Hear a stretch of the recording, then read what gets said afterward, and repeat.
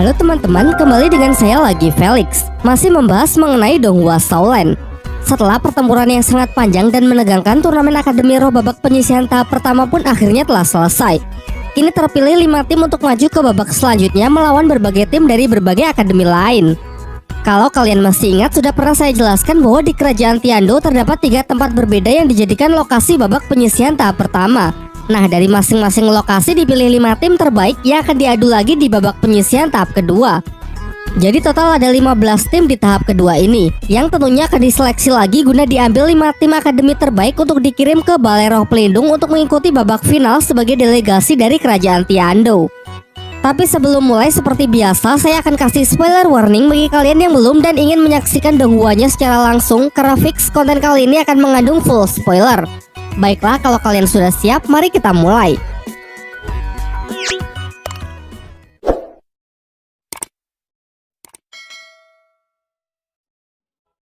Babak penyisihan tahap kedua masih diselenggarakan di Kerajaan Tiando. Namun lokasi yang dipilih merupakan lokasi terbuka dan bukan untuk umum, melainkan hanya boleh dihadiri oleh orang-orang tertentu saja. Karena ini adalah wilayah dari keluarga kerajaan, sudah pasti penjagaannya sangatlah ketat.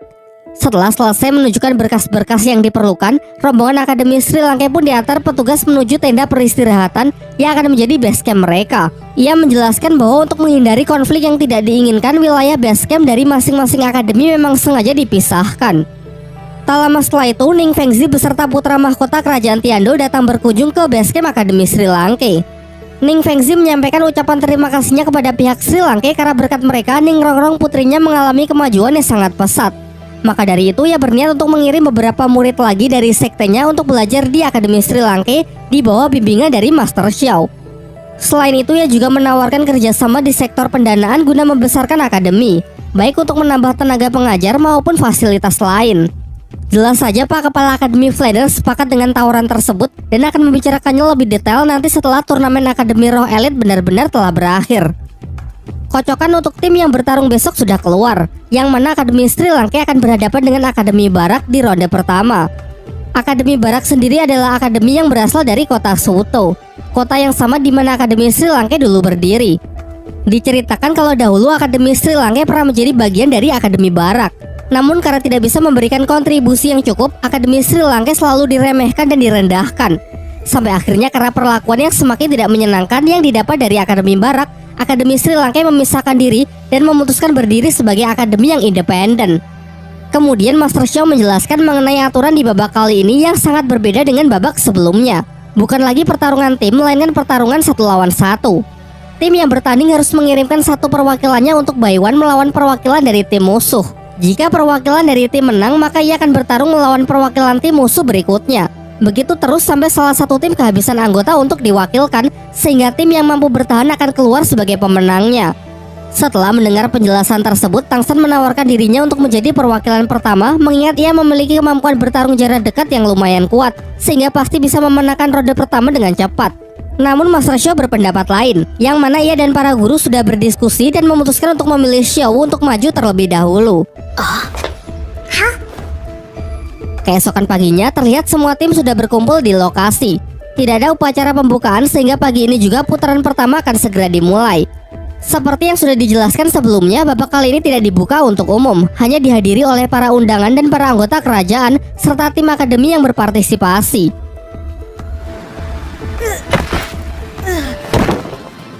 Singkat cerita, pertarungan pun dimulai. Akademi Chihuo langsung mengirimkan Huowu sebagai perwakilan pertama yang sanggup mengalahkan satu persatu perwakilan tim musuh dengan sangat cepat. Lalu ia melakukan selebrasi yang khusus ditunjukkan kepada Tang San.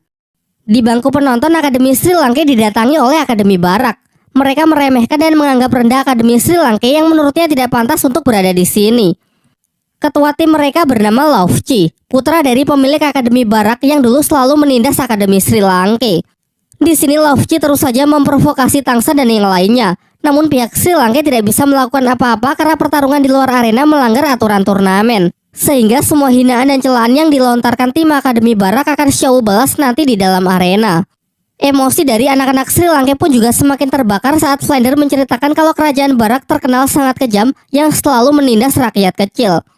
Pertarungan antara Akademi Barak melawan Akademi Sri Lanka akhirnya pun dimulai. Sesuai rencana dari Master Xiao, tim Sri Lanka mengutus Xiao untuk maju terlebih dahulu. Sementara tim dari Akademi Barak langsung menurunkan sang ketua tim. Di awal ia jelas begitu meremehkan Xiao karena tubuh kecilnya. Terlebih lagi Xiao baru saja menginjak level 40 sementara dirinya lebih unggul karena sudah berada di level 42. Setelah wasit memberi aba-aba tanda dimulainya pertarungan, Xiao langsung menggunakan skill pesonanya kepada Laufey yang sedang lengah. Begitu sudah masuk ke dalam perangkap, dengan leluasa Xiao menghajarnya tanpa ampun.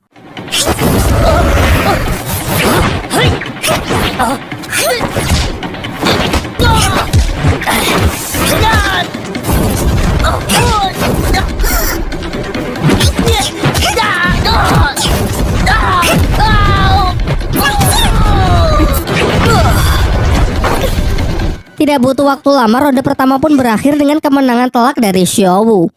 Menyaksikan sang ketua tim yang dipermalukan di atas arena, secara serentak semua anggotanya pun maju membuat suasana semakin memanas.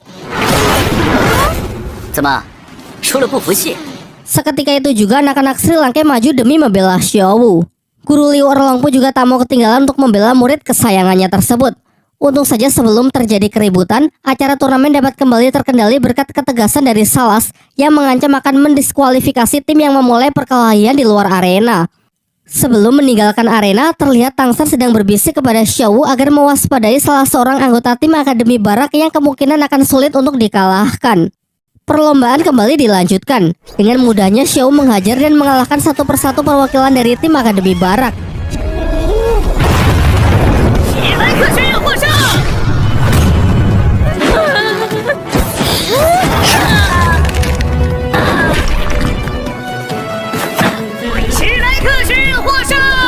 Hingga tiba saatnya ia berhadapan dengan perwakilan kelima, seorang Master Roh level 41. Dengan skill pertamanya, yakni serbuk bunga beracun, ia menyelimuti seluruh arena membuat Xiao terlihat kesulitan untuk mengelak. Inilah musuh yang dikhawatirkan Tang San sebelumnya. Meskipun Xiao mempunyai gerakan yang begitu lincah, namun serangan area merupakan kelemahan terbesarnya. Hal ini menjadikan tim Akademi Barak berada di posisi lebih unggul. Akan tetapi hal mengejutkan tiba-tiba terjadi di atas arena. Ketika Xiao sedang berada di bawah pengaruh serbuk ilusi, seluruh serangan dari lawan tak ada satupun yang bisa mengenai Xiao. Dan ternyata ini semua berkat tanaman bunga bulu perindu dari Tang San yang masih Xiao simpan secara otomatis menciptakan sebuah pelindung. Dijelaskan bahwa basic kekuatan dari lawan adalah tipe bunga, sehingga karena merupakan sesama jenis bunga, bunga langka dari Tang San tersebut memberikan respon berupa perlawanan. Meskipun bisa dikatakan kalau ini melanggar aturan turnamen karena adanya penggunaan kekuatan selain roh pelindung milik peserta sendiri. Tapi tak ada satupun orang selain Tang San yang menyadarinya. Ditambah lagi Tang San berpendapat kalau Xiao menggunakannya tanpa sadar, sehingga menurutnya hal ini tidak sepenuhnya melanggar aturan yang ada. Kembali ke atas arena. Bahkan tidak hanya menahannya saja, kekuatan yang melindungi Xiao dapat memantulkan dan membalikan serangan lawan.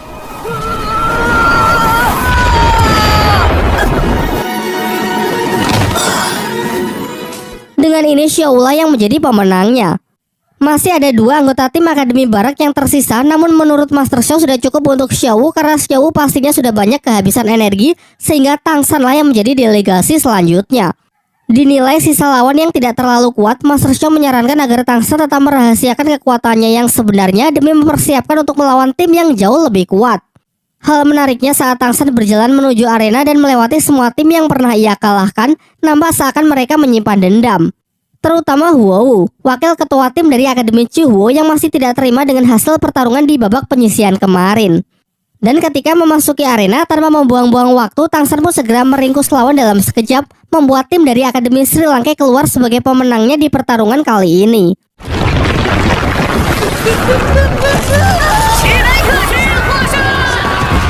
Seusai pertarungan tersebut, Huo secara pribadi menemui Tang San dan mengajaknya untuk bicara empat mata. Huo menantang Tang San untuk bertarung satu lawan satu dengannya nanti ketika tiba giliran tim mereka bertarung. Namun Tang San tidak bisa berjanji karena urutan anggota tim Akademi Sri Lanka yang maju bertarung semuanya ditentukan oleh guru mereka. Namun jika ada kesempatan tiba saatnya ia maju bertarung, maka ia berjanji akan bertarung dengan serius melawannya. Turnamen hanya berlangsung pada siang hari, sementara malam harinya semua peserta dipersilakan untuk beristirahat. Master Xiao lalu menginfokan kalau besok yang akan menjadi lawan mereka adalah tim dari Akademi Chuhuo. Dibuatlah strategi untuk menghadapi tim berelemen api tersebut. Adapun urutan delegasi yang maju terlebih dahulu adalah Tang San, Mang Hojun, Su Ying, Xiao, dan Dai Mubai. Keesokan harinya, pertarungan antara tim Akademi Sri Lanka melawan tim Akademi Chihuo pun dimulai. Dari pihak Chihuo mendelegasikan sang ketua tim yang bernama Huo Wushuang. Sementara pihak Sri Lanka sesuai rencana yaitu mendelegasikan Tang San terlebih dahulu. Sedikit terdapat kecemasan di antara para guru mengenai Tang San yang pastinya akan dibuat cukup kesulitan di pertarungan kali ini. Pasalnya meskipun Sri Lanka pernah mengalahkan Akademi Chihuo, waktu itu berkat kejutan dari rumput biru perak Tang San yang ternyata memiliki ketahanan terhadap api. Berbeda dengan sekarang, karena pihak Akademi Chihuo pastinya sudah memikirkan cara untuk mengatasi hal tersebut.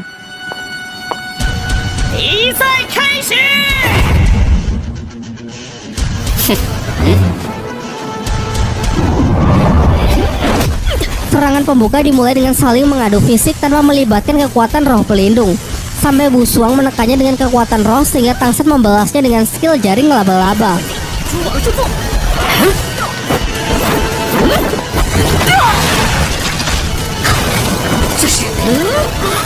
Akan tetapi apa yang dikhawatirkan Master Shou ternyata benar-benar terjadi. Hanya dengan sekali serang, Wushuang dapat menghancurkan jaring Tang San yang harusnya kebal terhadap elemen api. Terungkap bahwa ternyata semenjak kekalahannya dulu melawan Tang San, Wushuang sudah berlatih cara memandatkan energi apinya untuk bisa menciptakan sebuah ledakan. Jadi meskipun rumput biru perak Tang San tahan terhadap api, efek ledakan tetap bisa menghancurkannya. Tanpa memberikan sedikit pun kesempatan, Wushuang terus berupaya menekan Tang San dengan serangan bertubi-tubi. Sayangnya lagi-lagi Tang San masih memiliki cara untuk menghandlenya. Dengan teknik cakar penangkap naga secara efektif, Tang San dapat menahan dan mengurangi laju tenaga dari serangan Wushuang. Dikombinasikan dengan gerakan langkah hantu yang dengan mudah bisa digunakan untuk keluar dari zona ledakan. Terlihat hanya dalam sekejap Tang San dapat membalikan keadaan.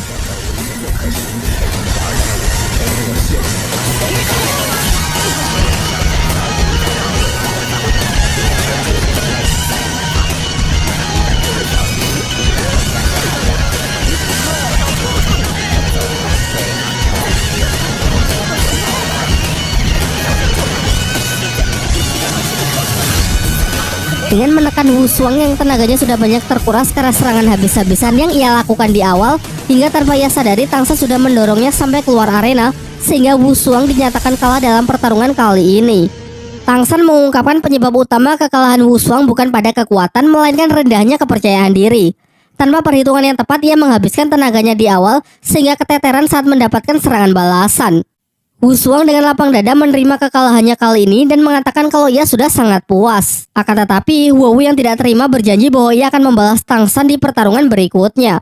Giliran penyerang samping dari tim Akademi Chihuo yang melawan Sri Lanka yang masih diwakili oleh Tang San. 不管你用什么卑鄙的办法限制了队长，对我们敏攻系都是没用的。接招吧！第四魂技，火鹤燎原。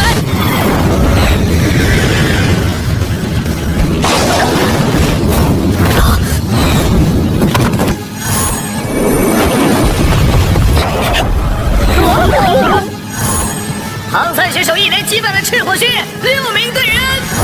Dari tim Akademi Chihuo sudah sampai ke perwakilan ke-6, namun masih belum ada satupun yang dapat menandingi Tang San. Nampaknya sekarang Tang San sudah menjadi terlalu kuat bagi anak-anak Akademi Chihuo.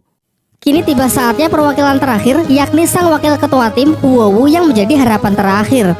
Ketika ia tengah berjalan menuju arena, berbagai kata yang kurang sedap dilontarkan oleh para peserta lain. Akademi Chihuo dinilai telah mempermalukan nama baik dari Persatuan 5 Akademi Elemental, karena dengan mudahnya bisa dikalahkan 6 kali berturut-turut oleh orang yang sama. Bahkan dari mulut salah satu penonton ada yang nyeletuk untuk mengganti nama Akademi Chihuo menjadi Akademi Kompor Beleduk saja. Tentu mendengar itu emosi dari Huo kian terbakar. Namun meski begitu, entah mengapa ia tetap tidak yakin kalau ia bisa mengalahkan Tang San. Sementara itu, Tang San kini merasa kalau kekuatannya tinggal tersisa kurang dari 40%, meskipun ia sudah berupaya menghemat energi rohnya, sehingga ia merasa harus menyelesaikan pertarungan dengan cepat. Tang San menyerang dengan rumput biru peraknya, namun dalam sekejap bisa dihancurkan oleh Huo yang dilanjutkan dengan serangan api beruntun.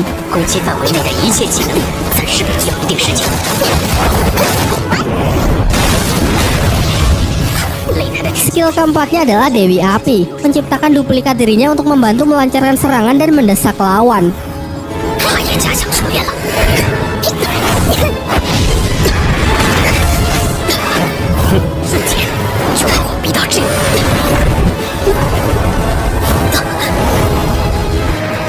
Dengan cerdik, Wu memancing Tangsan untuk melompat ke udara agar bisa mengunci pergerakannya. Semuanya pun dibuat sangat terkejut kala Wu mulai mengerahkan seluruh kekuatannya dalam satu serangan terakhir, yaitu teknik penyatuan Cijin Roh. Bukanlah teknik yang bisa dipelajari, melainkan bakat yang hanya dimiliki oleh sedikit Master Roh.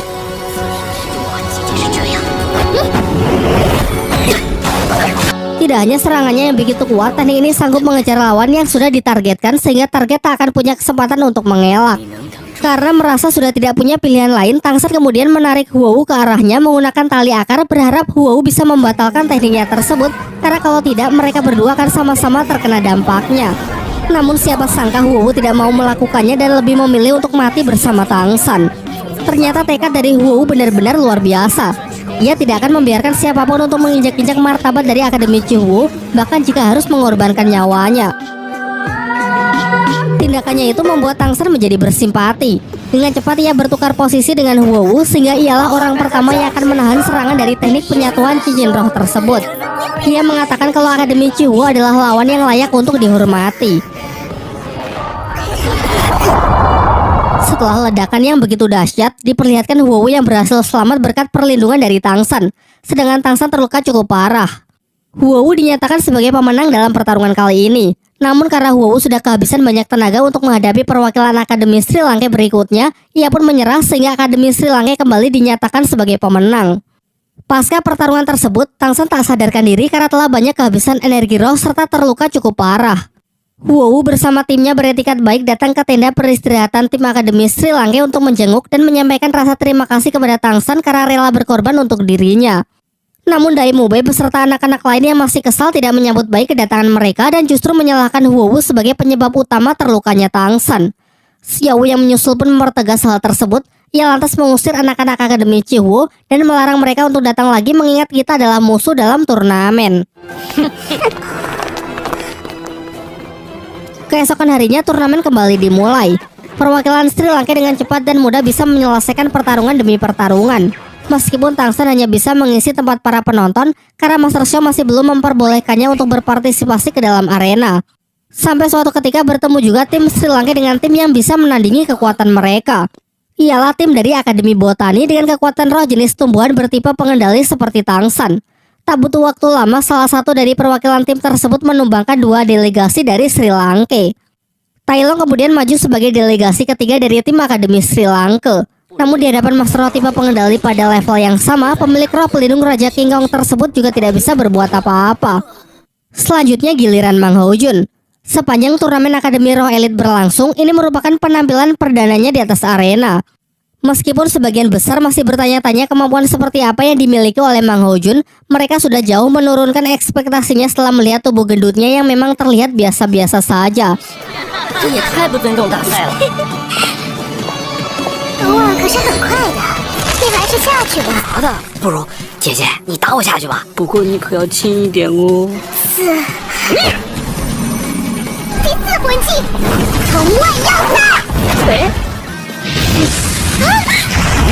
Nampaknya kekuatan Phoenix Api milik Mang Hojun adalah mimpi buruk bagi Master Roh tipe pengendali tumbuhan.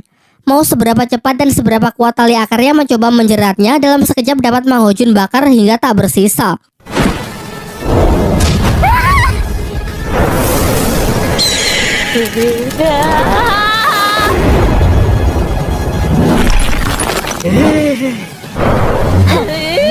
Sejauh ini Mang Hojun sanggup unggul 5 kali berturut-turut melawan setiap delegasi dari tim Akademi Botani.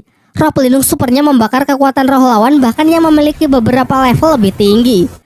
Master Show menyebut ini sebagai kondisi pengekangan roh pelindung, yaitu kondisi saat roh pelindung bertemu dengan lawan yang menjadi kelemahannya.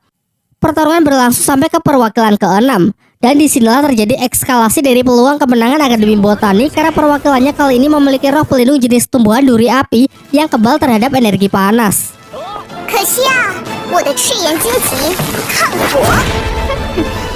Namun meski begitu, saat berhadapan dengan pemilik roh pelindung api super, tingkat ketahanan dari duri api juga menurun secara signifikan. Dengan skill Phoenix terbang, Mang Hojun melompat ke udara untuk keluar dari zona serangan.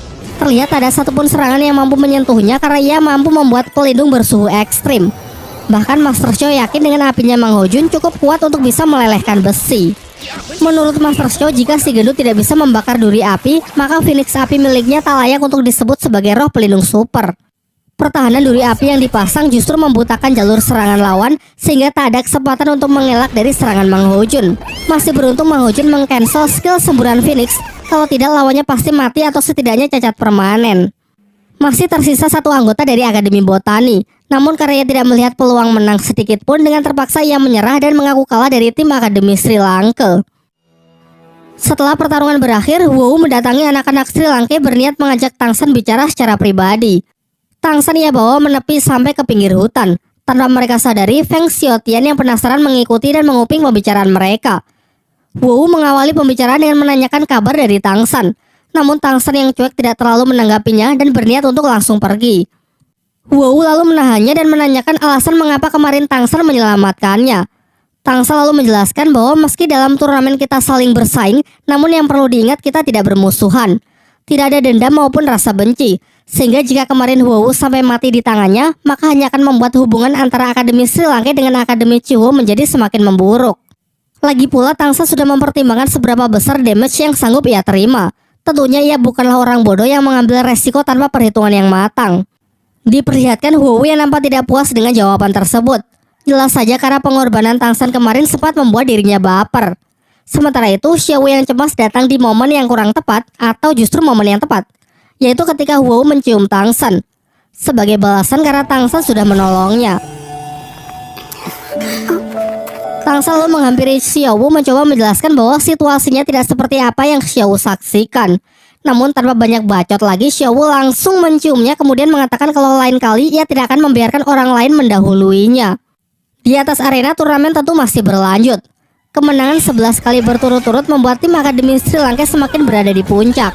Seakan menebus dosa di babak penyisihan kemarin, Phoenix api Mang Hojun dengan mudah bisa menghancurkan Phoenix S milik Akademi Tian Sui. Meski sayangnya scene lengkap pertarungan mereka tidak diperlihatkan ya.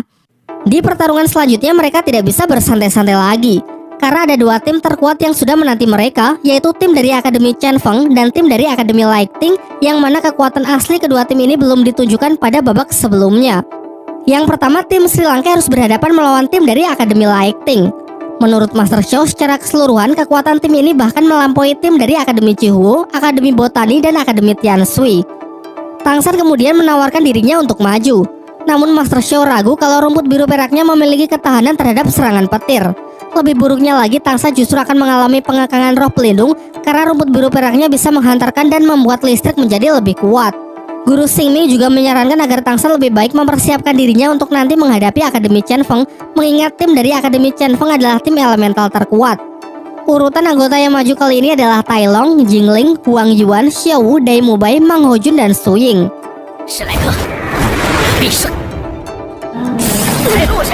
Sesuai strategi yang telah disusun, Tai Long maju sebagai delegasi pertama. Ia mengingat saran dari Master Xiao cukup hanya dengan strategi bertahan, dengan menahan serangan listrik dan menunggu waktu yang tepat untuk melancarkan serangan balasan saat musuh kehabisan tenaga. Bagaimanapun juga, Tai Long merupakan calon penerus dari klan Tai, memiliki basic pertahanan yang paling kuat di antara murid-murid Sri Lanka yang lain. Perwakilan kedua, Akademi Lighting pun ia libas setelah serangannya sia-sia di hadapan Tai Long.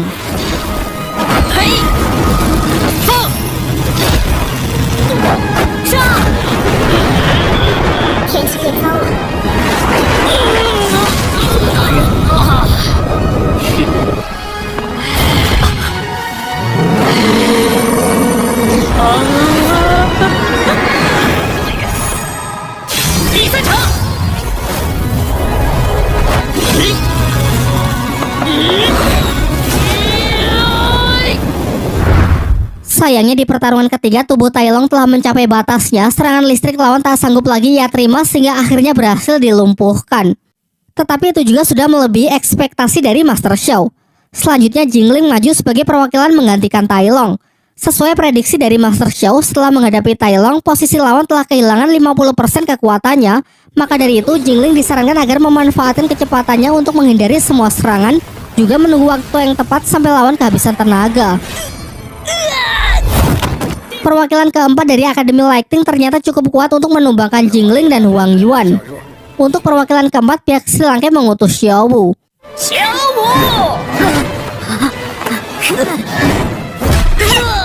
Selanjutnya wakil ketua bernama Lai Tian maju, namun ia menyadari kalau taktik Sri Lanka adalah menghabiskan tenaga musuh sehingga ia akan menghemat tenaga demi menghadapi Dai Mubai nanti. Ialah Master Roh level 42 dengan kekuatan roh pelindungnya adalah Elang Petir.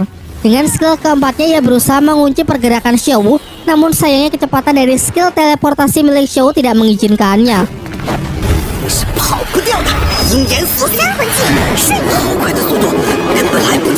Ketika Xiao melompat ke udara, menjadikannya sasaran empuk bagi serangan Lai Tian yang leluasa bergerak di antara udara. Akan tetapi ini adalah bagian dari rencana Xiao untuk mendekati dan menjebak musuh ke dalam skill pesonanya. Di jajaran tamu kehormatan, Ning Fengxi menjelaskan kepada Kaisar Kerajaan Tiando bahwa kunci kemenangan Sri Lanka bukan cuma terletak pada kemampuan mereka, melainkan di belakang ada Master Xiao sebagai orang yang berperan menyusun strategi dan penentu urutan peserta yang tepat. Dengan kecerdasan yang luar biasa, Kaisar menjadi sangat tertarik dengan Master Xiao dan meminta Ning Fengxi untuk mengatur pertemuan mereka. Kita kembali ke arena. Perwakilan terakhir dari Akademi Lightning adalah sang ketua tim sendiri yang bernama Lei Dong. Master Roh level 43 bertipe pengendali. Jenis roh pelindungnya adalah laba-laba listrik. Lei Dong menutup matanya untuk menghindari skill pesona andalan Xiao Wu. Selanjutnya ia merapalkan serangan area yang ia sebut jaring laba-laba listrik. Aliran listrik berperan sebagai radarnya untuk mendeteksi setiap pergerakan Xiao Wu. Di sisi lain, skill teleportasi milik Xiao juga telah mencapai batasnya sehingga ia hanya melompat ke sana kemari untuk menghindari amukan listrik dan sesekali mencoba untuk menerobosnya.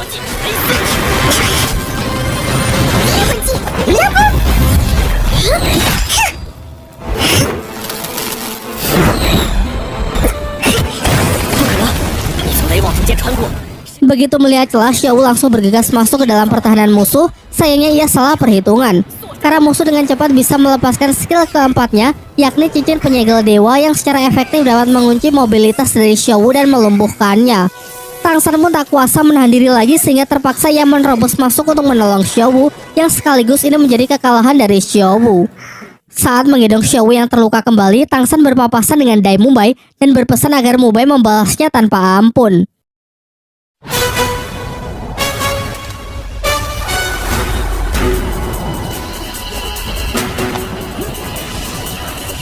Dengan berlapiskan wujud roh pelindung harimau putih, Mubai maju lurus ke depan untuk menyerang Lei Dong secara langsung. Sempat ditahan dengan jaring listrik, namun hanya dengan kekuatan fisiknya ia mampu melepaskan diri dan seketika berhasil menyelesaikan pertarungan.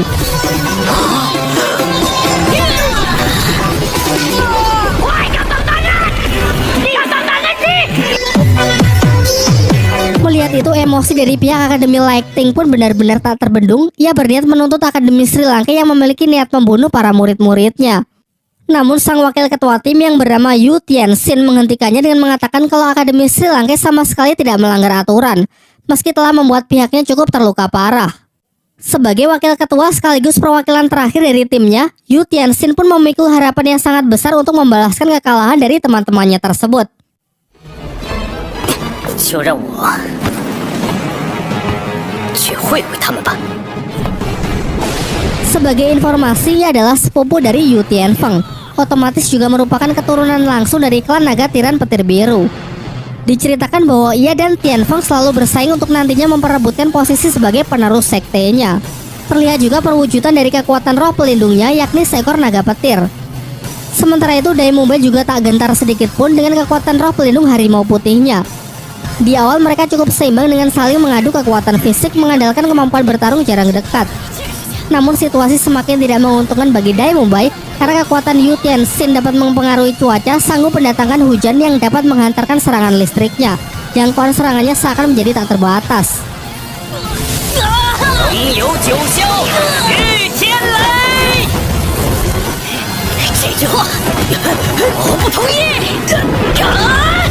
Pada turnamen ini, Yu Tianxin berupaya untuk membuktikan bahwa ia lebih layak menjadi penerus sekte dibandingkan sepupunya.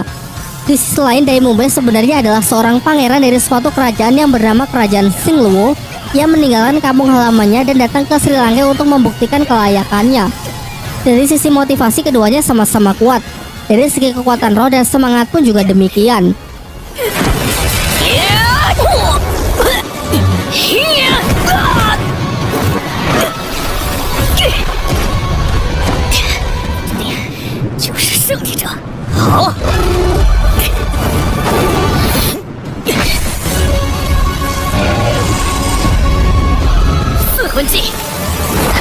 虎流星雨。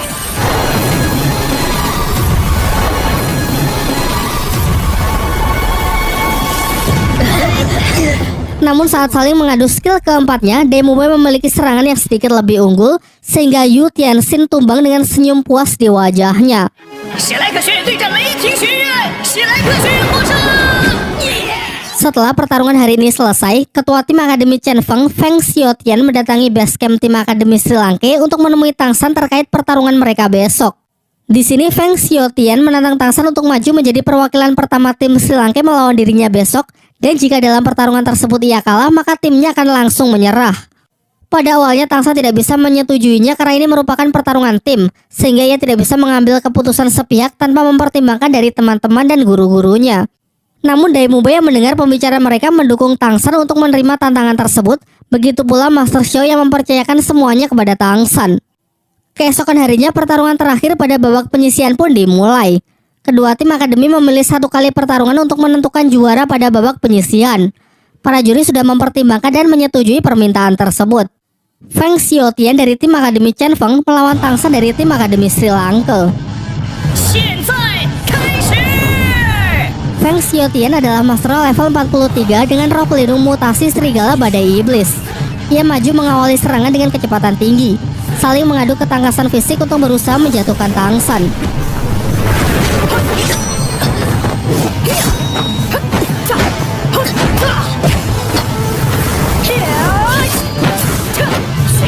Namun ia juga tidak gegabah karena ia tahu kalau si Tangsan ini masih memiliki banyak kejutan yang belum diperlihatkan. 第二魂技双狼附体。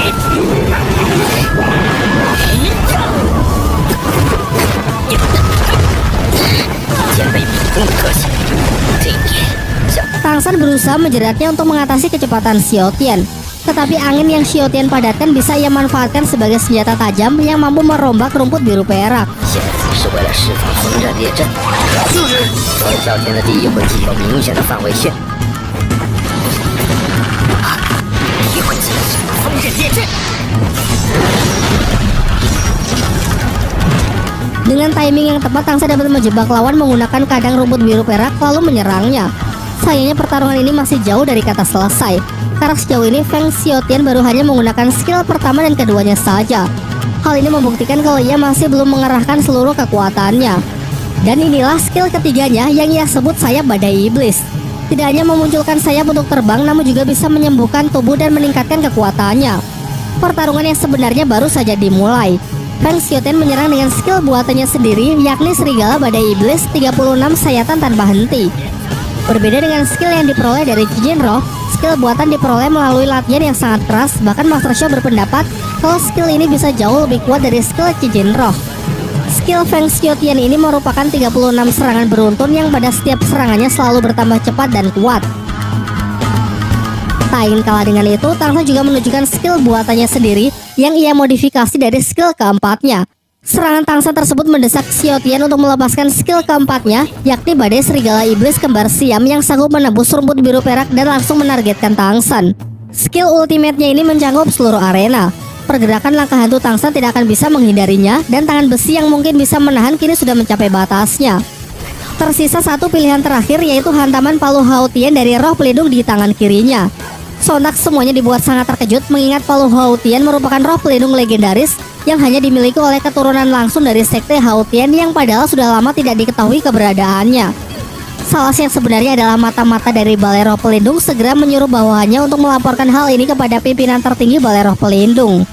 Meskipun Palu Hautian milik Tangsan tidak memiliki atribut cincin roh, dikatakan cukup mampu untuk mengimbangi serangan dari skill buatan Feng Xiaotian.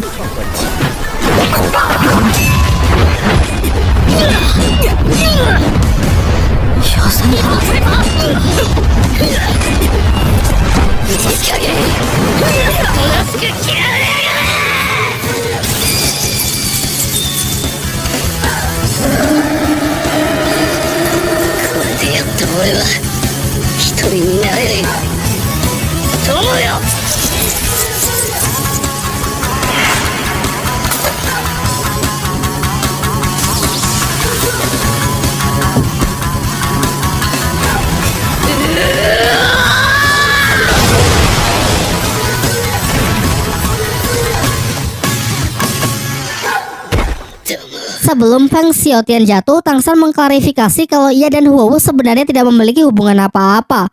Jadi jika memang Feng Xiaotian menyukai Huowu, ia sama sekali tidak ingin dilibatkan.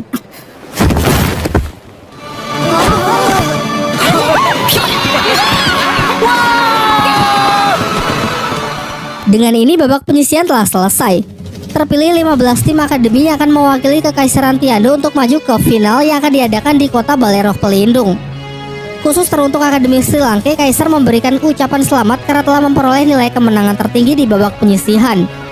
Ia lalu mengumumkan kalau putra mahkota Kekaisaran Tiando akan ikut serta untuk menjadi salah satu juri.